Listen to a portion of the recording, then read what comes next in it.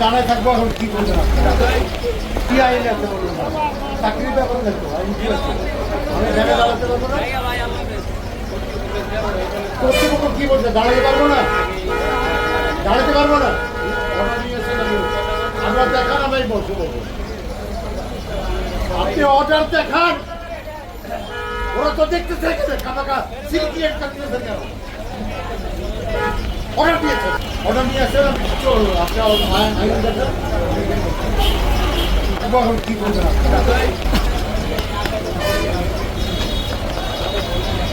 দেখেন আপনার